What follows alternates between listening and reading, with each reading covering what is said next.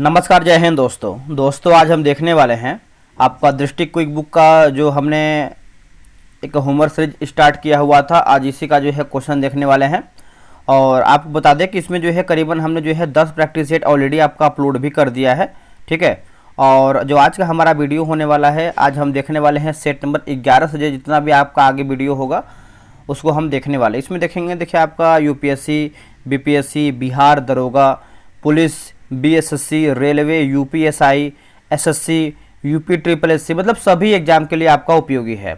और बात कर लेते हैं जो आपका जो सामान्य विज्ञान जो दृष्टि क्विक बुक का जो एक सेकंड बैच है, वो आपका करीबन 5 या फिर 10 दिन के अंदर जो है आपका बैच आने वाला है। उसका भी आपका कॉस्ट जो है 99 ही होने वाला है। पूरा हम जो है पेज बाय पेज इसको हम ख़त्म करने वाले हैं। और आज हम देखने वाले हैं सेट नंबर की, अगर हम बात करते हैं सेट नंबर 11 देखेंगे, उसके बाद सेट नंबर 12 देखेंगे। आगे जो भी आपका पॉसिबल होगा उसको हम कंटिन्यू करने का प्रयास करेंगे, ठीक है। तो चलिए वीडियो को शुरू करते हैं। पहला प्रश्न क्या है देखेंगे। बस आप सब लोग से रिक्वेस्ट करेंगे, वीडियो अगर आपको पसंद आएगा तो लाइक कीजिएगा, अगर आपको पसंद नहीं आएगा तो आप डिसलाइक भी कर सकते हैं, वो आपके ऊपर है। देखिए पहला प्रश्न इसमें आपका दिया गया है कि एथलीट फुट रोग का जो कारण है जीव निम्नलिखित में से किस श्रेणी से संबंधित है। बताइए इसका आंसर क्या होगा। देखिए इसका सही आंसर देखेंगे तो हो जाएगा कवक, जो है इसका सही आंसर हो जाएगा ऑप्शन नंबर सी, उत्तर हो जाएगा कवक होगा। दिए गए दस्तावेज के अनुसार खाज रोग का कारक क्या होता है। देखिए खाज की बात करते हैं तो हो जाएगा लिखा गया सरकॉप्टस स्कैबिच कवक हो जाएगा, ठीक है। इसका आंसर जो है दूसरे का बी हो जाएगा। अगला प्रश्न है कि लिखा गया है टाइकोफाइटॉन नामक कवक निम्नलिखित में से किन दो रोगों के लिए स्रोत 3 के अनुसार जो है उत्तरदायी है।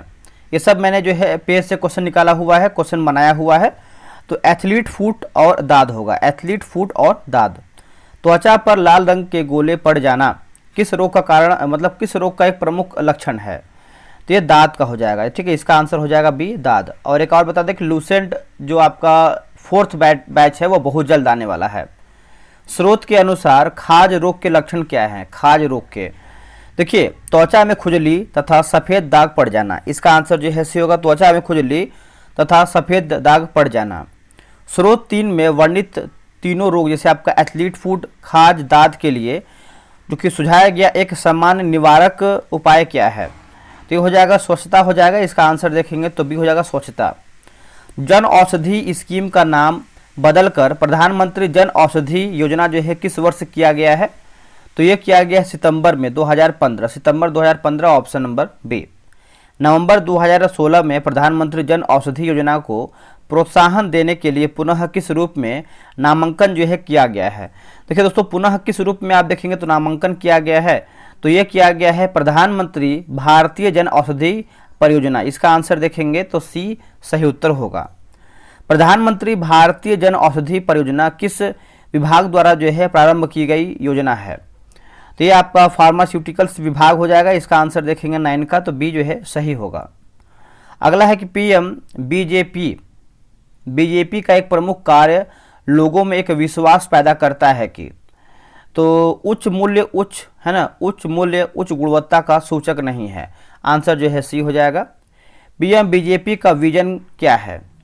देखिए इसका विजन देखेंगे तो भारत के सभी नागरिकों को गुणवत्तापूर्ण सस्ती जेनेरिक दवा उपलब्ध कराकर स्वच्छ संबंधित बजटीय खर्च को कम करना। आंसर जो है बी होगा।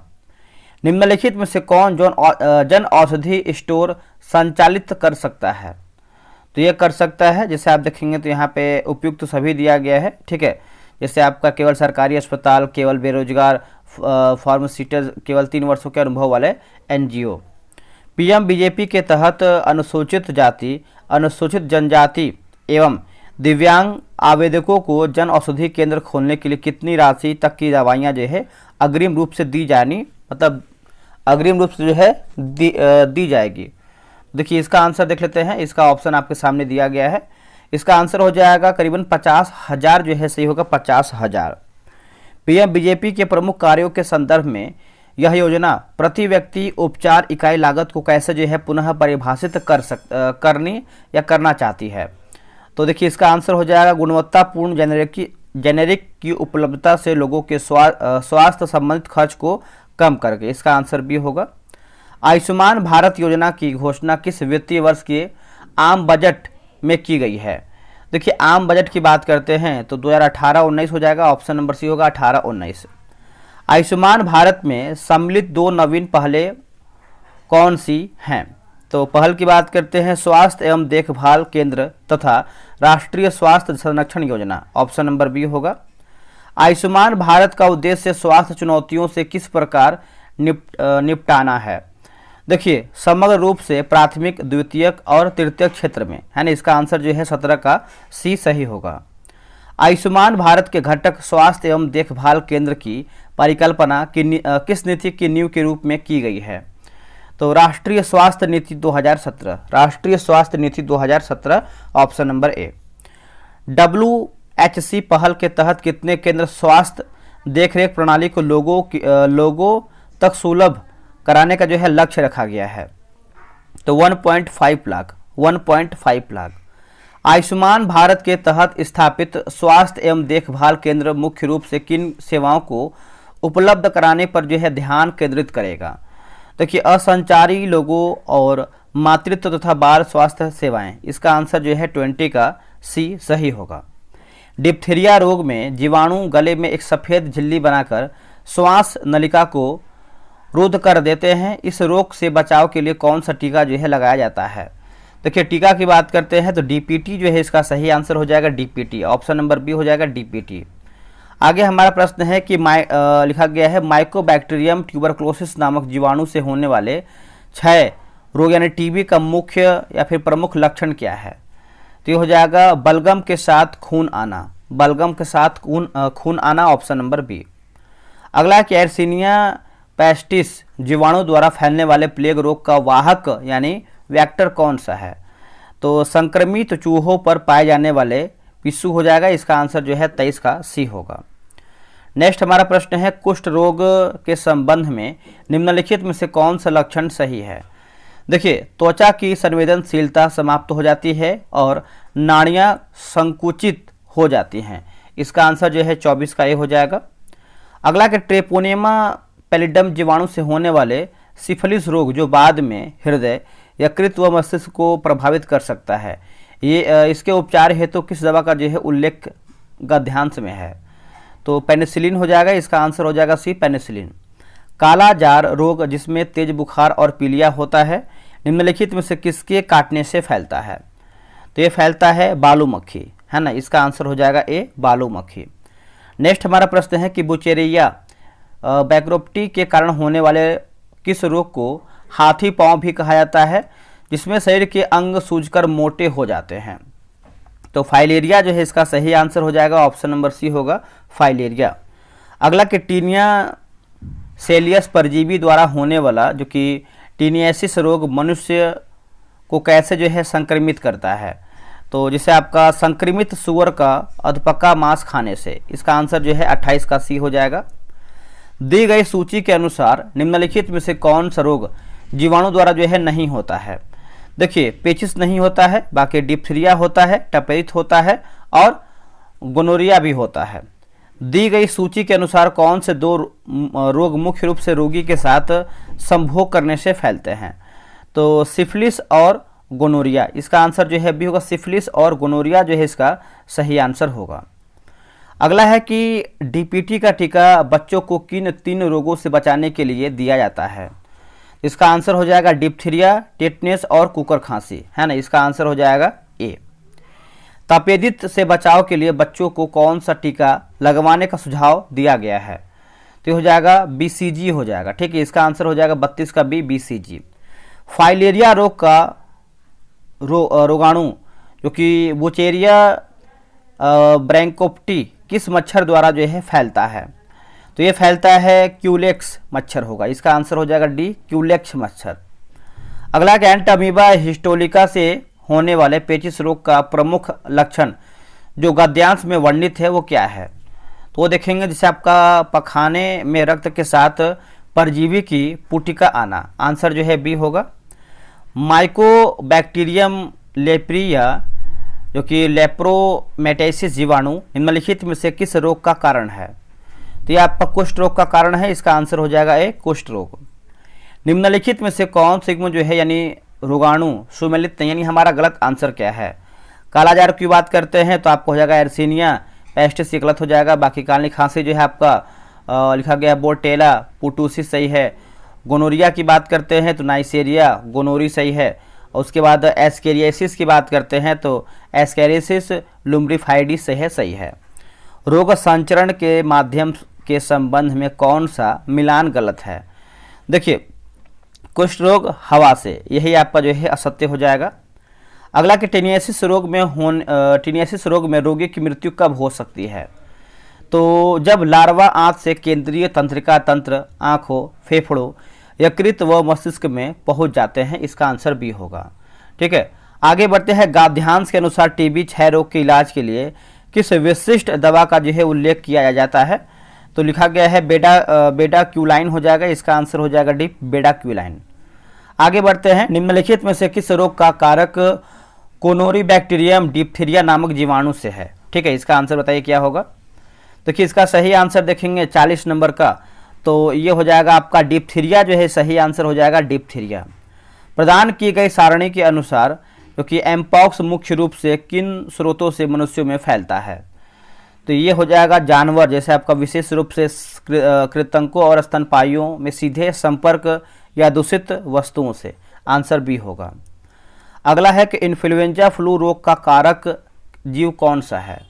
तो ये हो जाएगा इन्फ्लुएंजा विषाणु हो जाएगा, वायरस, ऑप्शन नंबर बी ए होगा।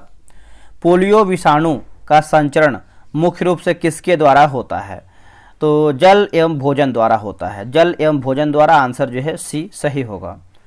अगला है कि लिखा गया है मोरबेली विषाणु निम्नलिखित में से किस रोग का कारण बनता है।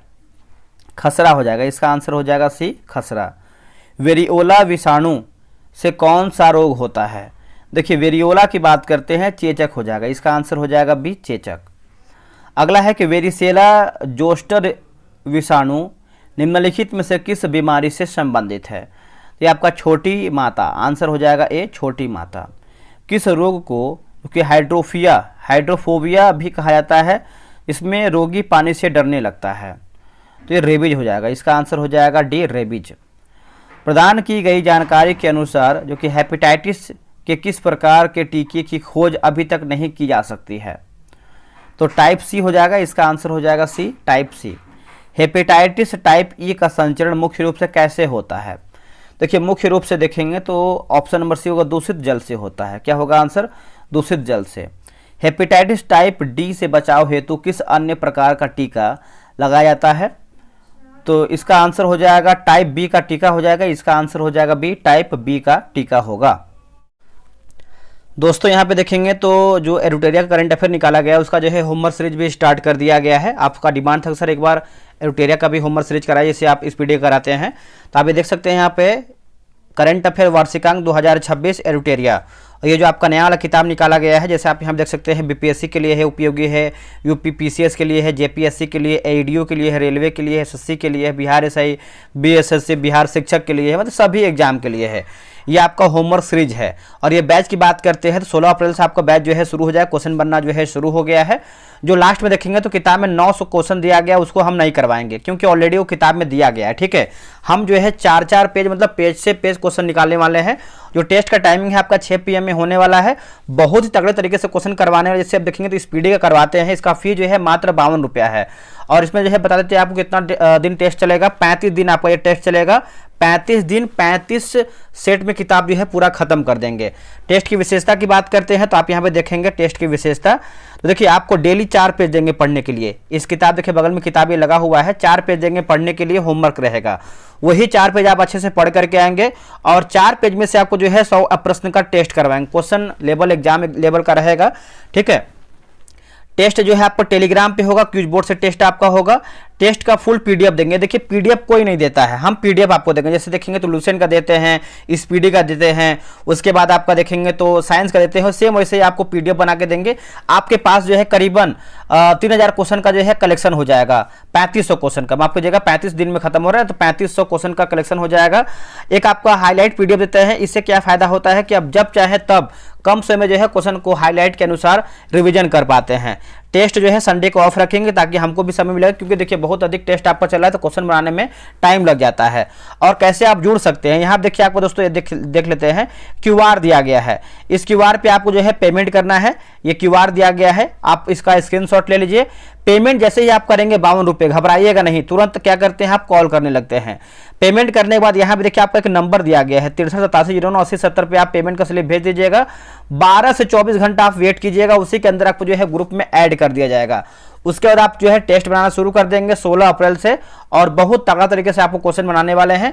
और इतना जान लीजिए कि अगर आप ये किताब अच्छे तरीके से कवर कर लेते हैं मेरे साथ होमवर्क सीरीज के द्वारा, तो आपका कोई भी करंट अफेयर जो है बाहर नहीं जाएगा, ये मेरी पूरा 100% गारंटी है। अब आते हैं क्वेश्चन को देखते हैं।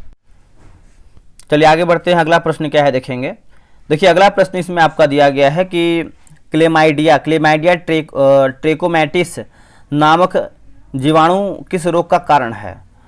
तो ये हो जाएगा ट्रेकोमा या रोहा होगा, ट्रेकोमा या रोहा, ऑप्शन नंबर जो है डी सही हो जाएगा। अगला कि ट्रेकोमा रोग में कार्निया में वृद्धि हो जाती है, जिससे रोगी निद्राग्रस्त सा लगता है। यह शरीर के किस अंग को प्रभावित करता है, बताइए। तो देखिए आपका आँख हो जाएगा, इसका आंसर हो जाएगा सी, आँख। अगला है कि विब्रियो कोलेरी जीवाणु से जीवाणु से कौन सा रोग होता है। तो ये हैजा होता है, इसका आंसर हो जाएगा ए, हैजा।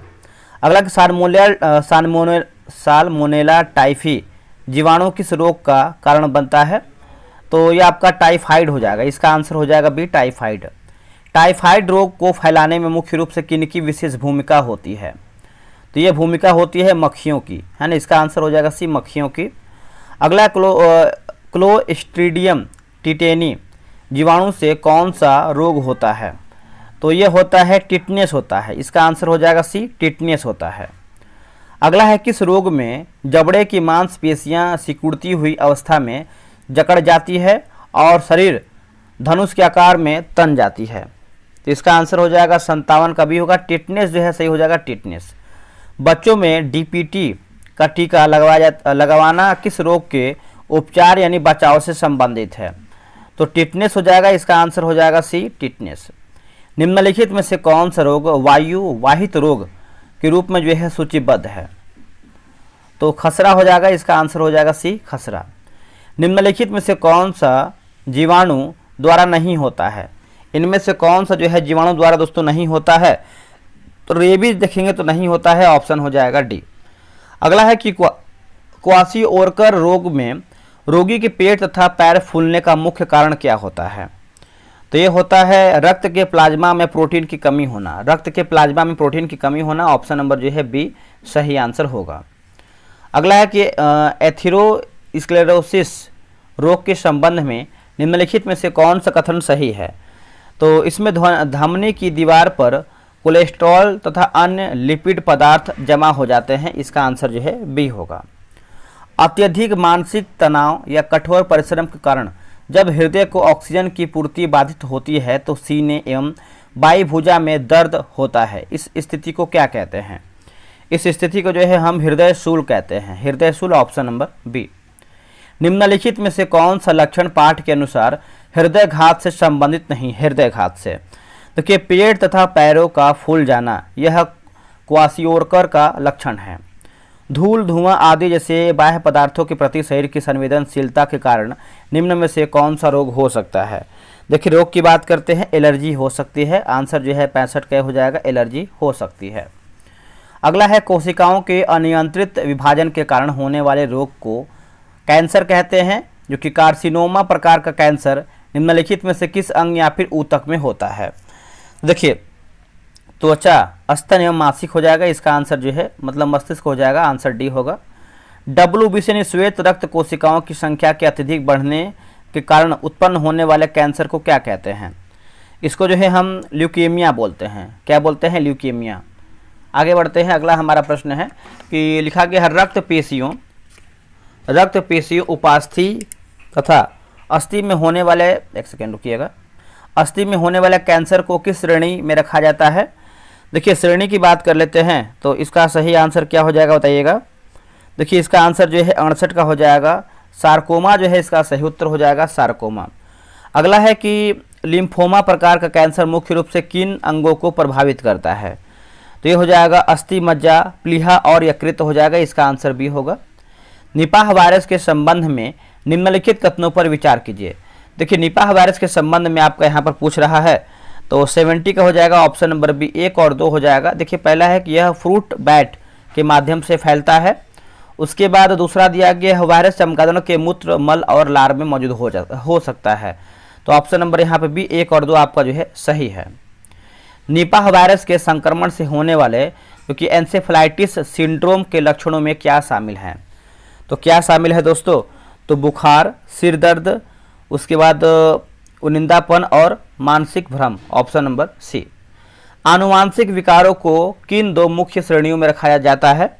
तो ये हो जाएगा मैंडली विकार और क्रोमोसोमीय, है ना, क्रोमोसोमीय विकार, ऑप्शन नंबर बी। अगला है कि हीमोफीलिया, हीमोफीलिया के संदर्भ में कौन सा कथन गलत है? तो जैसे यह जीन पुरुषों में वाहक होता है और महिलाओं में लक्षण प्रदर्शित करता है, ऑप्शन नंबर डी हो जाएगा। हीमोफीलिया रोग में शरीर की कौन सी प्रक्रिया जो है प्रभावित होती है? तो रुधिर के थक्का बनने से संबंध प्रोटीन का निर्माण, ऑप्शन नंबर ए। अगला है कि फेनिल कीटोनुरिया नामक आनुवांशिक विकार में रोगी के शरीर में किस अमीनो अम्ल का जो है एकत्रीकरण होने लगता है, एकत्रीकरण? तो लिखा गया है फेनिल एलिन हो जाएगा, इसका आंसर जो है बी होगा। अगला कि फेनिल कीटोनुरिया रोग में फेनिल एलेनिन नामक अमीनो अम्ल किस अन्य अमीनो अम्ल में परिवर्तित नहीं हो पाता है जिससे मानसिक दुर्बलता आ जाती है? तो लिखा गया है टायरोसिन हो जाएगा, ठीक है, इसका आंसर हो जाएगा ए, टायरोसिन। डाउन सिंड्रोम, देखिए डाउन सिंड्रोम नामक क्रोमोसीय विकार का मुख्य कारण क्या है? तो मुख्य कारण की बात करते हैं 77 का, तो आंसर हो जाएगा 21वें क्रोमोसोम की एक अतिरिक्त प्रति आ जाना, आंसर जो है यहाँ पे बी हो जाएगा। अगला है निम्नलिखित में से कौन सा लक्षण डाउन सिंड्रोम से ग्रस्त व्यक्ति से संबंधित है? तो इसका आंसर हो जाएगा छोटा कद, छोटा गोल सिर और आंशिक रूप से खुला मुंह होगा। अगला कि टर्नर सिंड्रोम का कारण क्या है और यह किसे प्रभावित करता है? तो यह प्रभावित करता है एक एक्स क्रोमोसोम का अभाव, नारियों को बांझपन, ऑप्शन नंबर बी। किस आनुवांशिक विकार में नारी बांझ होती है? क्योंकि अंडाशय अल्पवर्धित होते हैं और द्वितीयक लैंगिक लक्षणों का अभाव होता है। तो टर्नर सिंड्रोम, ऑप्शन नंबर देखेंगे तो डी हो जाएगा। निपाह वायरस संक्रमण के संबंध में निम्नलिखित में से कौन सा कथन असत्य दिया गया है? यानी हमारा गलत आंसर क्या है 81 का। यह माइकोसोविरिडी श्रेणी का एक डीएनए वायरस है, option number B. Nipah virus encephalitis के लिए उत्तरदायी जीव किस जीनस यानी वंश से संबंधित है? तो लिखा गया है हैनिपा वायरस, ऑप्शन नंबर सी होगा। अगला कि हैंड्रा वायरस संक्रमण के संबंध में निम्नलिखित कथनों पर विचार कीजिए, सही हमारा क्या है? देखिए यह घोड़ों और मनुष्य दोनों में गंभीर तथा घातक बीमारी का कारण बनता है। उसके बाद अगर हम देखें तो यह पहली वर्ष 1998 से 99 मलेशिया और सिंगापुर में देखा गया था। दोनों कथन देखेंगे तो सही हो जाएगा। निम्नलिखित में से कौन सा मच्छर पीत ज्वर और चिकनगुनिया दोनों का जो है वाहक है? देखिए 84 का हो जाएगा मादा एडिज एजिप्टी मच्छर, ऑप्शन नंबर सी। मलेरिया रोग का कारण बनने वाला प्रोटोजोआ कौन सा है? तो हो जाएगा प्लाज्मोडियम हो जाएगा, इसका आंसर देखेंगे तो ये हो जाएगा प्लाज्मोडियम। किस कार्य हेतु सर रोनाल्ड रॉस को वर्ष 1902 में चिकित्सा का नोबेल पुरस्कार मिला है? देखिए चिकित्सा के लिए नोबेल पुरस्कार मिला है तो मलेरिया रोग के वाहक मादा एनाफिलीज मच्छर की जानकारी देने के लिए, ऑप्शन नंबर बी। डेंगू रोग में मानव शरीर में किस चीज़ की कमी हो जाती है जिसके कारण आंतरिक रक्त स्राव हो सकता है? तो प्लेटलेट्स हो जाएगा, इसका आंसर जो है बी होगा। जापानी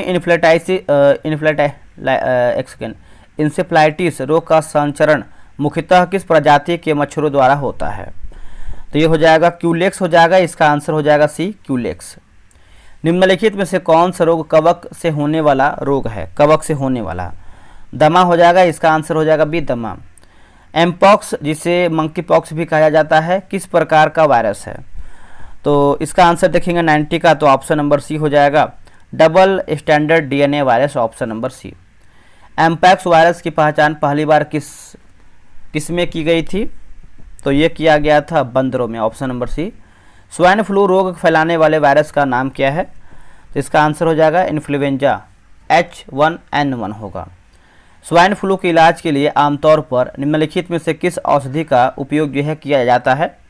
तो किस औषधि का जो है उपयोग हम करते हैं? तो इसका आंसर जो है 93 का हो जाएगा ओसेल्टा मीवीर होगा।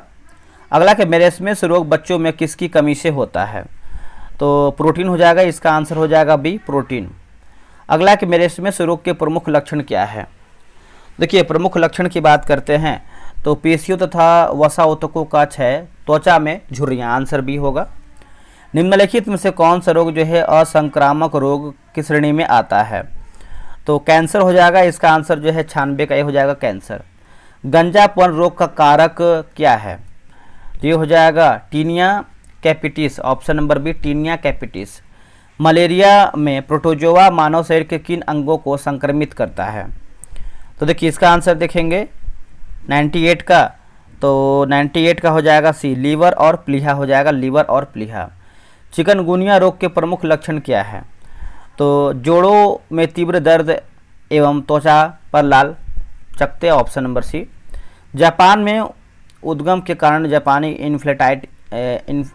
इंसेफ्लाइटिस कहा जाने वाला यह रोग दक्षिण पूर्व एशिया में किससे फैलता है? देखिए, इसका आंसर हो जाएगा बी, घरेलू सूअरों से, ऑप्शन नंबर बी हो, घरेलू सूअरों से। अब देखिए, यहाँ पर हम दोस्तों देखने वाले हैं सेट नंबर हम 12 देखेंगे। ये भी पूरा प्रश्न देखिएगा आप सभी लोग। चलिए आगे, हमारे सेट नंबर 12 का पहला प्रश्न क्या है देख लेते हैं। देखिए, पहला प्रश्न है कि जीन अभियांत्रिकी के अंतर्गत जीन का संकरण, है ना, संकरण, संलयन, प्रतिलोपन और स्थानांतरण किया जाता है। इनमें से सबसे महत्वपूर्ण प्रक्रिया कौन सा है? देखिए, सबसे महत्वपूर्ण प्रक्रिया की बात कर लेते हैं तो इसका आंसर हो जाएगा जीन संकरण जो है, इसका सही आंसर हो जाएगा ऑप्शन नंबर डी, सही उत्तर हो जाएगा। ठीक है, आगे बढ़ते हैं कि पुनः संयोजी डीएनए तकनीक के अंतर्गत किसी एक जीव के, मतलब किसी एक जीव के डीएनए को किसी अन्य जीव के डीएनए के साथ रोपित करने का मुख्य उद्देश्य क्या है? तो ऐच्छिक गुण, मतलब ऐच्छिक गुणों वाले जीन प्राप्त करना, ऑप्शन नंबर जो है सी हो जाएगा। पुनः संयोजी डीएनए तकनीक में डीएनए को स्थानांतरित करने के लिए डीएनए को काटने हेतु तो किस एंजाइम यानी बायोसेंसर का उपयोग करने का उल्लेख जो है पाठ्यांश में किया जाता है या फिर किया गया है? तो प्रोटीनेस एंजाइम हो जाएगा, इसका आंसर हो जाएगा बी, प्रोटीनेस एंजाइम होगा। पुनः संयोजी डीएनए तकनीक के संदर्भ में रूपांतरण विधि में कोशिका ऊतक या जीव पर संकेतक के रूप में जो है विद्यमान रहते हैं। ठीक है, तो देखिए लिखा गया है विलगित डीएनए अंश पर, विलगित डीएनए अंश पर, ऑप्शन नंबर जो है सी सही होगा। पुनः संयोजी डीएनए तकनीक की किस विधि में डीएनए अंश फेज के माध्यम से एक कोशिका से दूसरी कोशिका में मिल जाती है? बताइए, इसका आंसर क्या होगा 5वें का? देखिए, 5वें का सही आंसर देखेंगे तो जैसे पराक्रमण जो है हो जाएगा पराक्रमण, है ना, ऑप्शन नंबर सी होगा। अगला कि प्लाज्मिड जीवाणु में पाए जाने वाले किस प्रकार के डीएनए तत्व हैं? तो ये हो जाएगा अतिरिक्त क्रोमोजोनल डीएनए तत्व हो जाएगा, इसका आंसर जो है सी हो जाएगा। प्लाज्मिड पर पाए जाने वाले जीनों में से कौन से जीन, है ना, कौन से जीन जो है प्रमुख रूप से उल्लिखित हैं? तो इसका आंसर देखेंगे तो हो जाएगा लिंग भेद एवं प्रतिजैवरोधी जीन दोनों हो जाएगा, इसका आंसर जो है सी सही होगा। प्लाज्मिड के द्वारा होने वाले डीएनए स्थानांतरण हेतु आवश्यक 2 एंजाइमों का सही समूह कौन सा है? देखिए, सही समूह की बात करते हैं प्रतिरोधी एंडोन्यूक्लियस, है ना, न्यूक्लियज एवं लिगासेज, ऑप्शन नंबर बी होगा। प्रतिरोधी एंडोन्यूक्लियज का क्या कार्य है? इसका कार्य देखेंगे तो प्लाज्मिड एवं दाता जीव के डीएनए अणु को विशिष्ट बिंदुओं पर तोड़ना, इसका आंसर जो है 9 का सी होगा। पुनः संयोजी डीएनए तकनीक का सर्वप्रथम उपयोग किन चिकित्सीय प्रोटीन के उत्पादन में किया गया था? तो इसका आंसर हो जाएगा 10 का सी होगा, इंटरफेरॉन हार्मोन एवं इंसुलिन, आंसर देखेंगे तो सी जो है सही आंसर होगा। डीएनए पुनः संयोजी तकनीक के माध्यम से अपेक्षाकृत अधिक अस्थायी एवं सुरक्षित टीके प्राप्त किए जा सकते हैं, यह किस तरीके की तुलना से बेहतर है? तो लिखा गया है प्रचलित तरीकों से, इसका आंसर हो जाएगा सी, प्रचलित तरीकों से। अगला है कि इच्छित प्रतिरक्षी प्राप्त करने के लिए किसी जीव के वांछित गुण वाले जीन को निकालकर उपयुक्त तरीके से संयोजित करके किस जीवाणु में विशिष्ट कराया जाता है? विशिष्ट, तो जिसे आपका लिखा गया है एस्टेरिचिया कोलाई हो जाएगा। इसका आंसर जो है यहाँ पे बी सही होगा। इंटरफेरॉन नामक प्रतिरोधक प्रोटीन का मानव शरीर में क्या कार्य है? इसका कार्य देखेंगे तो शक्तिशाली लिखा गया विषाणुकारक एजेंट के रूप में कार्य करना। आंसर जो है सी होगा। डीएनए अनुक्रमण की क्रिया क्या कहलाती है? देखिए, डीएनए में उपस्थित न्यूक्लियोटाइड क्षार यानी ATCG को चरणबद्ध करना। आंसर जो है 14 का बी हो जाएगा। निम्नलिखित में से कौन सा रोग डीएनए अनुक्रमण के ज्ञान की सहायता से निजात पाने वाली आनुवांशिक बीमारियों में शामिल नहीं है? देखिए, डेंगू हो जाएगा। इसका आंसर देखेंगे तो सी उत्तर हो जाएगा डेंगू। मानव जीनोम योजना को किसका एक बड़ा उदाहरण बताया गया है? किसका एक जो है बड़ा उदाहरण बताया गया है? तो डीएनए अनुक्रमण का ज्ञान। डीएनए अनुक्रमण का ज्ञान ऑप्शन नंबर सी होगा। जीन अनुक्रम के माध्यम से पशुधन की वंशावलियों को जानने के अतिरिक्त और क्या संभव हो सकेगा? देखिए, पशुओं में रोगों से लड़ने वाली प्रजातियों का विकार किया जा सकता है। इसका आंसर जो है बी सही आंसर होगा। आगे हैं कि जीन चिकित्सा के माध्यम से अनुपस्थित अथवा विकृत जीन की पहचान करके क्या किया जाता है? तो 18 का हो जाएगा। उसे काटकर उसकी जगह दोषमुक्त जीन को प्रतिस्थापित कर दिया जाता है। इसका आंसर जो है 18 का सी होगा। निम्नलिखित में से कौन सी विधि जीन चिकित्सा के अंतर्गत प्रयोग में जो है नहीं लाई जाती है? प्रयोग में तो जीन संलयन हो जाएगा। इसका आंसर जो है सी उत्तर हो जाएगा, जीन संलयन। पुनः संयोजित डीएनए तकनीक से जीवों के आनुवांशिक आधार में परिवर्तन या संशोधन हो जाने की वजह से उनमें क्या अंतर आता है? तो उनकी आकृति एवं आकार के साथ साथ मूलभूत गुणों में भी अंतर आता है। इसका आंसर जो है 20 का सी हो जाएगा। जैव विविधता पर संयुक्त राष्ट्र अभिसमय के अनुच्छेद 2 के अनुसार जैव प्रौद्योगिकी की सही परिभाषा क्या है? तो किसी विशिष्ट कार्य के लिए जैविक प्रणालियों, सजीवों या व्युत्पन्न पदार्थ का उपयोग। आंसर जो है बी होगा। निम्नलिखित में से कौन सा अनुप्रयोग सीमित अर्थों में आधुनिक जैव प्रौद्योगिकी के दायरे में नहीं आता है? दोस्तों, इसमें नहीं आता है तो देखिए 22 का आंसर देखेंगे तो हजारों वर्षों से मानव द्वारा कृषि में इस्तेमाल की जा रही पारंपरिक किण्वन प्रक्रिया है। इसका आंसर जो है 22 का डी हो जाएगा। रेड बायोटेक्नोलॉजी और ग्रीन बायोटेक्नोलॉजी के अनुप्रयोग के संदर्भ में निम्नलिखित कथनों पर विचार कीजिए। ठीक है, तो इसका आंसर देख लेते हैं। क्वेश्चन नंबर 23 का सही आंसर क्या होगा? देखिए, 23 का आंसर देखेंगे तो ऑप्शन नंबर जो है सी होगा। 1 और 2 आपका कथन सही है। येलो बायोटेक्नोलॉजी का उपयोग किन 2 प्रमुख क्षेत्रों में जो है किया जाता है? तो जिससे आपका हानिकारक कीटों का नियंत्रण और खाद्य उत्पादों का किण्वन। ऑप्शन नंबर जो है सी होगा। जैव प्रौद्योगिकी की कौन सी शाखा औद्योगिक उत्पादन एवं प्रतिक्रियाओं में नई तकनीकों के प्रयोग से उत्पादों का कम कीमत पर उत्पादन करने से संबंधित है? तो ये हो जाएगा वाइट बायोटेक्नोलॉजी। इसका आंसर जो है बी होगा। पर्यावरण संरक्षण से संबंधित जैव प्रौद्योगिकी की शाखा जिसमें जैव विविधता का संरक्षण और प्रदूषकों का निम्नलिखित शामिल है, मतलब निम्नीकरण शामिल है, क्या कहलाती है? इसको जो है हम ग्रे बायोटेक्नोलॉजी बोलते हैं। इसका आंसर जो है सी होगा। ब्लैक बायोटेक्नोलॉजी या डार्क बायोटेक्नोलॉजी का मुख्य सरोकार निम्नलिखित में से किससे है? तो हो जाएगा जैव आतंकवाद और जैविक हथियारों का निर्माण। ऑप्शन नंबर सी होगा। अगला है कि ब्लू बायोटेक्नोलॉजी के संदर्भ में कौन सा कथन सही है? तो जैसे यह समुद्री व अन्य जलीय जीवों से संबंधित है और समुद्री संसाधनों के दोहन में सहायता करती है। आंसर जो है बी होगा। बायो इन्फॉर्मेटिक्स को गोल्ड बायोटेक्नोलॉजी भी कहा जाता है। यह किस कार्य से संबंधित है? देखिए, कंप्यूटर तथा बायोटेक्नोलॉजी के सम्मिलित प्रयोग से जैव सूचना का भंडार और विश्लेषण। आंसर जो है बी हो जाएगा। जैव प्रौद्योगिकी से संबंधित नियमों, नैतिकता व लिखा गया है तार्किकता से संबंधित मुद्दों को जैव विविधता की किस शाखा में सम्मिलित किया जाता है? बताइए इसका आंसर क्या होगा?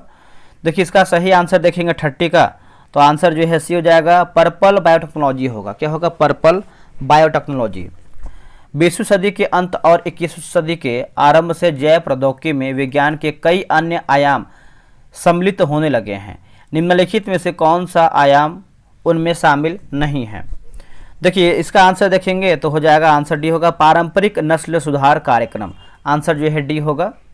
यूरोपीय जैव प्रौद्योगिकी संघ के अनुसार जैव प्रौद्योगिकी की परिभाषा का मुख्य केंद्र बिंदु कौन सा है? तो हो जाएगा, नए उत्पादों तथा सेवाओं के लिए प्राकृतिक विज्ञान व जीव कोशिकाओं व उसने मतलब उसके अंग तथा आणविक अनुरूपों का समायोजन। Option number C. निम्नलिखित में से कौन सा उदाहरण जैव प्रौद्योगिकी के अनुप्रयोगों से संबंधित है या फिर सम्मिलित है? तो देखेंगे तो हो जाएगा, दोष युक्त जीन का सुधार, डीएनए टीके का निर्माण, जीन संश्लेषण का उपयोग। तो इसका आंसर जो है सी होगा। 1 और 3 1 2 3 सही है। ग्रीन बायोटेक्नोलॉजी यानी पादप जैव प्रौद्योगिकी का प्राथमिक उद्देश्य क्या है? तो जैसे इसका देखेंगे तो लिखा गया है, ट्रांसजेनिक पौधों या फलों मतलब फसलों का विकास जो प्रतिकूल परिस्थितियों में भी जीवित रह सकेगा। आंसर जो है यहाँ पे बी होगा। ग्रे बायोटेक्नोलॉजी और ब्लू बायोटेक्नोलॉजी के मध्य मूल अंतर क्या है? तो ग्रे बायोटेक्नोलॉजी पर्यावरण संरक्षण से संबंधित है, जबकि ब्लू बायोटेक्नोलॉजी जलीय समुद्री जीवों से संबंधित है। अगला है कि एंटीबायोटिक दवाओं का उत्पादन जैव प्रौद्योगिकी की किस शाखा के अंतर्गत आता है? तो रेड बायोटेक्नोलॉजी हो जाएगा। इसका आंसर हो जाएगा सी, रेड बायोटेक्नोलॉजी हो जाएगा। खाद्य उत्पादन के संदर्भ में वाइन, पनीर और बियर जैसे उत्पादों के किण्वन में जैव प्रौद्योगिकी की शाखा का प्रयोग जो है किया जाता है। तो yellow biotechnology option number B. हानिकारक सूक्ष्मजीवों, टॉक्सिन्स इत्यादि का प्रयोग मानव, मवेशियों व फसलों में रोग उत्पन्न करने के लिए जो है किया जाना जैव प्रौद्योगिकी की किस शाखा की चिंता का विषय है? तो ब्लैक बायोटेक्नोलॉजी हो जाएगा। इसका आंसर जो है सी, सही आंसर हो जाएगा 38 का। आगे हमारा है कि बायो इन्फॉर्मेटिक्स के अंतर्गत निम्नलिखित में से कौन सा कार्य सम्मिलित नहीं है? तो जैव प्रौद्योगिकी से संबंधित नैतिक मुद्दों का समाधान। Option number C. वर्तमान में सीमित अर्थ में जैव प्रौद्योगिकी से क्या तात्पर्य है? देखिए, आनुवांशिक रूप से रूपांतरित यानी जेनेटिकली मॉडिफाइड जीवों का उपयोग पदार्थों की अधिक मात्रा में उत्पादन के लिए। Option number B. Gene silencing से संबंधित निम्न कथनों पर विचार कीजिए। तो इसका आंसर हो जाएगा बी होगा, 1 और 2। जैसे जीन साइलेंसिस का तात्पर्य जीन की अभिव्यक्ति को रोकना, यह प्रोटीन की प्रति को जीन के स्तर बनने से रोकना। ऑप्शन नंबर बी होगा। जीन साइलेंसिस कितने मुख्य स्तरों पर होता है? तो देखिए 3 हो जाएगा। इसका आंसर हो जाएगा सी। जीन साइलेंसिस मुख्य स्तर कौन सा है? तो 43 का हो जाएगा, डीएनए को हटाकर ट्रांसक्रिप्शन स्तर पर, ट्रांसलेशन स्तर पर। Option number B. आनुवांशिक सूचना के प्रवाह यानी सेंट्रल डोग्मा का सही क्रम क्या है? तो इसका आंसर देखेंगे 44 का। तो इसका आंसर देख लेते हैं क्या दिया है। देखिए इसका आंसर जो है यहाँ पे दोस्तों यहाँ पे सी हो जाएगा। ठीक है, आप इसको याद रखिएगा। अगला है कि एंटीसेंस तकनीक में एमआरएनए के जो कि डेग्रेडेशन है ना, मतलब डेग्रेडेशन अपघटन के लिए किस एंजाइम को जो है नियुक्त किया जाता है? तो ये हो जाएगा RNASEH हो जाएगा। RNA इंटरफेरेंस तकनीक में कौन से एंजाइम का जो है उपयोग किया जाता है? तो ये उपयोग हो जाता है आपका डीसर हो जाएगा। अगला है कि लिखा गया फॉर्मीवर्सन दवा को किस रोग के इलाज के लिए जो है विकसित किया गया था? तो इसका आंसर हो जाएगा ऑप्शन नंबर सी होगा, cytomegalovirus. Option number C. अगला फॉर्मीवर्सन को FDA द्वारा लाइसेंस कब जो है प्राप्त हुआ है? 48 का, अगस्त 1998। Option number B. RNAi antisense oligonucleotide से कितने गुना होता है? दोस्तों ये होता है 2 गुना। ऑप्शन नंबर ए 2 गुना। चिकित्सा जैव प्रौद्योगिकी का मुख्य उद्देश्य क्या है? तो ये हो जाएगा मानव रोगों को रोकना, है ना, उनका जल्द निदान और उनका समाधान ढूंढना। निम्न में से कौन सा क्षेत्र जो है चिकित्सा जैव प्रौद्योगिकी के अंतर्गत शामिल नहीं है? तो अंतरिक्ष, जैविक एवं भूविज्ञान, ऑप्शन नंबर देखेंगे तो सी सही आंसर होगा। अगला है कि बायो डिजाइन, है ना, बायो डिजाइन को सर्वोत्तम रूप में कैसे परिभाषित किया जा सकता है? तो जैविक प्रणालियों के साथ डिजाइन या अवसंरचना का एक एकीकरण, option number C. Bio concrete में कंक्रीट की दरारों की मरम्मत के लिए किस जीवाणु का जो है उपयोग किया जाता है? देख लेते हैं इसका ऑप्शन। आगे बढ़ते हैं, अगला हमारा यानी इसका ऑप्शन देखेंगे तो 53 का ऑप्शन जो यहाँ पे दिया गया है, ऑप्शन नंबर जो है 53 का बी दिया गया है, लिखा गया है स्पोरोसार्सिनिया पास्चुरी, ऑप्शन नंबर बी होगा। बायो कंक्रीट में प्रयुक्त जीवाणु विशिष्ट परिस्थितियों में किस पदार्थ का स्राव करते हैं जिससे दरारें भर जाती हैं? तो इसका आंसर जो है 54 का देखेंगे सी होगा, चूना पत्थर जो है सही उत्तर हो जाएगा, चूना पत्थर। वर्तमान में मानव निर्मित कार्बन उत्सर्जन में कंक्रीट की कितनी प्रतिशत जो है तक हिस्सेदारी है? तो ये हो जाएगा 5% तक, ऑप्शन नंबर बी 5% तक। अगला कि इलेक्ट्रो लैंप के संदर्भ में निम्न में से क्या सही है? तो सही के बारे में पूछ रहा है, तो इसमें शैवाल से प्रकाश उत्पादन हेतु सोने के नैनो आकार के इलेक्ट्रोड समावेशित किए जाते हैं, ऑप्शन नंबर बी होगा। अगला कि इलेक्ट्री लैंप में शैवाल किस प्रक्रिया से विद्युत धारा उत्पन्न करते हैं? तो ये हो जाएगा श्वसन हो जाएगा, इसका आंसर जो है 57 का, एक सेकेंड, प्रकाश संश्लेषण होगा, है ना, इसका उत्तर हो जाएगा बी प्रकाश संश्लेषण। अगला कि इको क्रेडल किस पैकिंग सामग्री का विकल्प है? तो petroleum polymer foam, option number B होगा। कुल अवशिष्ट में पेट्रोलियम पॉलीमर फोम का कितना प्रतिशत जो है भाग होता है? तो 25%, option number D 25%। Eco cradle में पैकिंग सामग्री तैयार करने के लिए पेट्रोलियम पॉलीमर फोम के विकल्प के रूप में फफूंद के किस संरचनात्मक पदार्थ का जो है उपयोग या फिर प्रयोग जो है किया जाता है? तो लिखा गया है माइसीलियस हो जाएगा, ऑप्शन नंबर बी होगा। जैव प्रौद्योगिकी का प्राथमिक लक्ष्य क्या है, जैसा कि पाठ में उल्लेखित है? तो शिक्षा और उद्योग को जोड़ते हुए एक जीवंत स्टार्टअप उद्यमी और औद्योगिक आधार का निर्माण तथा विकास करना, है ना, इसका आंसर जो है यहाँ पे सी सही होगा। अगला है कि जीन अभियांत्रिकी तकनीक के अंतर्गत क्या किया जाता है? देखिए, किसी जीव के किसी विशेष लक्षण को नियंत्रित करने वाले जीन में कृत्रिम तरीके से परिवर्तन करना, ऑप्शन नंबर बी। जीन अभियांत्रिकी में एक विशेष डीएनए खंड या जीन को अलग करने के लिए किस एंजाइम का जो है प्रयोग किया जाता है? तो ये हो जाएगा ऑप्शन नंबर सी होगा, लिखा गया है रेस्ट्रिक्शन, है ना, रेस्ट्रिक्शन एंजाइम, ऑप्शन नंबर यहाँ पे 63 का सी होगा। अगला है कि रासायनिक कैंची, है ना, रासायनिक कैंची के नाम से किए जाने वाले किसे जाना जाता है? तो इसका आंसर हो जाएगा 64 का, लिखा गया रेस्ट्रिक्शन एंजाइम, ऑप्शन नंबर यहाँ पे सी होगा। रेस्ट्रिक्शन एंजाइम मुख्य रूप से किस में पाया जाता है?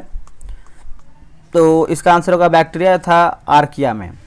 जीन अभियांत्रिकी का एक महत्वपूर्ण और प्रत्यक्ष लाभ क्या है?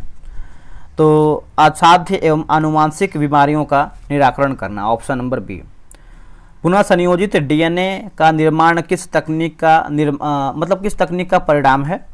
67 का आंसर देखेंगे तो देखिए ये हो जाएगा जीन अभियांत्रिकी, ऑप्शन नंबर सी।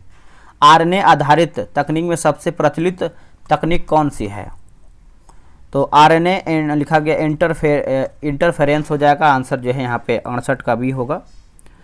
आरएनए हस्तक्षेप को किस रूप में जो है जाना जाता है? तो इसको जो है हम जानते हैं जीन साइलेंसिस तकनीक, ऑप्शन नंबर बी। आरएनएआई के अंतर्गत प्रोटीन संश्लेषण को रोकने के लिए किस प्रकार के आरएनए का जो है उपयोग किया जाता है?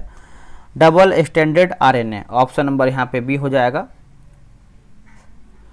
अगला है कि आरएनए हस्तक्षेप किस माध्यम से प्रोटीन संश्लेषण को रोकता है? तो इसका आंसर हो जाएगा मैसेंजर आरएनए को प्रोटीन उत्पादन से रोककर, ऑप्शन नंबर बी। भारत में आनुवांशिक रूप से संशोधित फसलों के हो रहे विरोध को देखते हुए किस तकनीक को एक व्यवहार्य विकल्प माना जा रहा है? तो हो जाएगा आरएनए आधारित समाधान, ऑप्शन नंबर बी होगा। आरएनए हस्तक्षेप की महत्वपूर्ण भूमिका किन चीज़ों से कोशिकाओं को बचाने में होती है? कोशिकाओं को बचाने में तो 73 का देखेंगे तो हो जाएगा परजीवी, जीनो वायरस एवं ट्रांसपोषण हो जाएगा, आंसर यहाँ पे बी होगा। अगला है कि एंटीसेंस तकनीक का उपयोग किन विकारों के वैकल्पिक उपचार के रूप में किया जाता है जो रोजमर्रा के जीवन में विशिष्ट प्रोटीन का अत्यधिक उत्पादन करता है? 74 का हो जाएगा कैंसर, परजीवी और वायरस संक्रमण। अगला है कि एंटीसेंस आरएनए किस प्रकार का आरएनए है? तो ये हो जाएगा single standard RNA, option number C होगा। एंटीसेंस आरएनए किसी कोशिका के अंतर्गत प्रतिलिखित किसी स्ट्रैंड है ना, स्ट्रैंड का पूरक होता है, स्ट्रैंड। तो 76 का हो जाएगा mRNA strand, option number C. Antisense RNA कोशिका में क्यों प्रवेश कराया जाता है? तो हो जाएगा ट्रांसलेशन या रूपांतरण प्रक्रिया को बाधित करने के लिए, ऑप्शन नंबर बी। एंटीसेंस तकनीक का उपयोग किस प्रक्रिया को बाधित करने के लिए किया जाता है? तो जीन अभिव्यक्ति। एंटीसेंस तकनीक में लिखा गया इंट्रोड्यूजल किए जाने वाले सिंगल स्टैंडर्ड डीएनए के छोटे सेगमेंट क्या कहलाते हैं? तो इसका आंसर क्या हो जाएगा?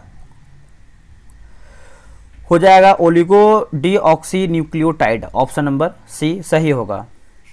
एंटीसेंस थेरेपी आनुवंशिक विकार या संक्रमण के उपचार का एक तरीका है, इसमें क्या किया जाता है? तो देखिए इसका आंसर देखेंगे तो पूरक आरएनए स्टैंडर्ड संश्लेषण किया जाता है और पैथोजेनिक जीन को बंद कर दिया जाता है। आधुनिक जैव प्रौद्योगिकी के विकास मुख्य रूप से कितनी तकनीक का जो है योगदान है? तो हो जाएगा 2। भारत सरकार द्वारा राष्ट्रीय जैव प्रौद्योगिकी बोर्ड का गठन किस वर्ष किया गया था? तो ये किया गया था 1982 में, इसका आंसर हो जाएगा भी 1982 में। जैव प्रौद्योगिकी विकास की स्थापना किस वर्ष में की गई थी? तो 1986 में, ऑप्शन नंबर है 1986 में। वह तकनीक क्या कहलाती है जिसमें आनुवंशिक पदार्थ यानी डीएनए या आरएनए में परिवर्तन लाया जाता है? तो आनुवंशिक इंजीनियरिंग हो जाएगा, इसका आंसर जो है बी होगा। आगे हमारा प्रश्न है कि भारत में अंतर्राष्ट्रीय आनुवंशिक अभियांत्रिकी एवं जैव प्रौद्योगिकी केंद्र का संस्थान कहाँ पर स्थित है? तो ये आपको देखने को मिलता है नई दिल्ली में, इसका आंसर हो जाएगा सी, नई दिल्ली में। बायो प्रोसेसिंग इंजीनियरिंग द्वारा अधिक मात्रा में किन जैव प्रौद्योगिकी उत्पादों का निर्माण किया जाता है? तो ये हो जाएगा प्रतिजैविकों, एंटीबायोटिक, टीके, एंजाइमों आदि का, ठीक है। भारत में centre for DNA fingerprinting and diagnostic कहाँ पर स्थित है? तो ये आपका है हैदराबाद में, option number B Hyderabad. Lucknow biotechnology park Bharat के किस राज्य में स्थित है? तो ये आपका है उत्तर प्रदेश में, option number B Uttar Pradesh. भारतीय विज्ञान कांग्रेस के कौन से अधिवेशन में प्रथम बार जैव प्रौद्योगिकी के महत्व पर जोर दिया गया था? तो 69वां जो है इसका सही आंसर हो जाएगा, ऑप्शन नंबर बी हो जाएगा 69वां। राष्ट्रीय जैव प्रौद्योगिकी विकास रणनीति 2020 से 24 के तहत जैव प्रौद्योगिकी उद्योग को किस वर्ष तक 150 बिलियन अमेरिकी डॉलर तक ले जाने का लक्ष्य है? तो 2025 हो जाएगा, इसका उत्तर बी होगा।